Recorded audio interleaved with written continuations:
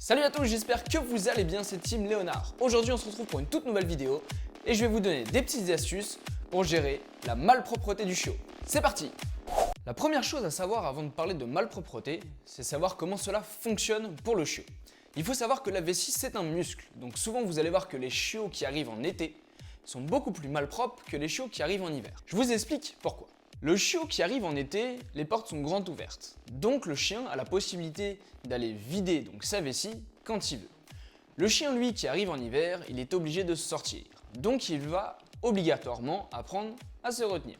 En gros la vessie pour faire simple c'est un muscle. Si jamais le chien n'apprend pas à la contenir, donc à se réguler, elle ne se muscle pas. Et donc si elle ne se muscle pas, le chien n'apprend pas à se retenir.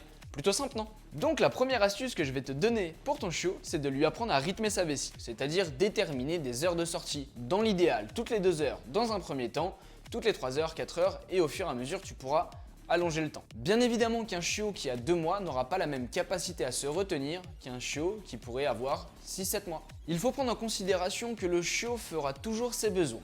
Après une partie de jeu, quand il se réveille et quand il a fini de manger. Si tu respectes bien tout ça, ton chiot apprend rapidement la propreté. Attention, quand je le sors en extérieur, je ne joue surtout pas avec lui. Parce que le chiot est très vite distrait. Et donc s'il oublie de faire ses besoins, tu es sûr que quand il rentre à la maison, il fasse ses besoins. À présent, je vous donne une autre astuce, c'est la cage de transport. Et c'est celle qui marche le mieux et qui est le plus efficace. Alors je t'arrête tout de suite, commence pas à me dire, la cage de transport, c'est douloureux, c'est machin, je sais pas quoi. Alors avant de mettre un commentaire négatif, attends au moins la fin de l'explication. Parce que je vous vois dans les petits commentaires commencer à me dire que la cage de transport c'est de la maltraitance, tout ce que vous voulez. Mais ça, encore une fois, c'est une conception humaine. Parce que moi personnellement, quand je rentre chez moi, je ferme la porte de chez moi parce que je suis pas spécialement envie que les gens rentrent chez moi. Et bah finalement je suis dans ma cage à moi. Donc je ne vois pas pourquoi le chien ne pourrait pas être dans sa cage. La cage de transport c'est un outil qui est très efficace avec le chien à condition qu'il soit bien utilisé. Bien évidemment qu'on va pas enfermer un chien pendant 5, 6, 10, 20 heures dans une cage.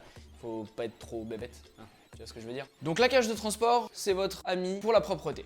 Donc je vous explique. Si jamais vous sortez votre chien qui ne fait pas ses besoins, et bah il suffira simplement de le mettre 5 minutes dans cette cage et 5 minutes après de le ressortir jusqu'à temps qu'il fasse ses besoins. Et pourquoi je vous dis ça?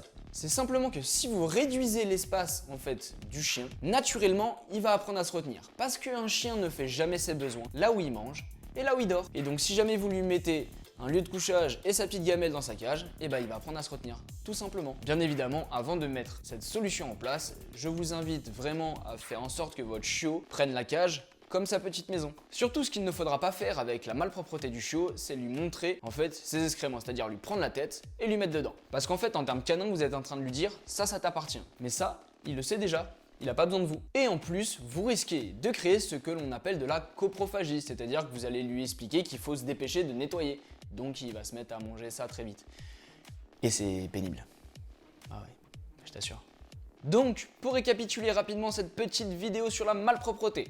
Premièrement, je sors mon chien donc toutes les 2 heures, je vérifie de bien le sortir une fois qu'il a mangé, une fois qu'il se réveille, et après une petite partie de jeu. Éventuellement une petite cage de transport, ça pourra t'aider. De toute façon, si tu veux en apprendre plus sur la malpropreté du chien, je t'invite encore une fois à faire notre formation en ligne sur les troubles du comportement où on étudie la malpropreté. Et voilà, c'est la fin de la vidéo. Je t'invite à mettre un petit pouce bleu, la petite cloche pour recevoir les notifications, la page Facebook et Instagram sont dans la description. N'oublie pas de t'abonner à la chaîne.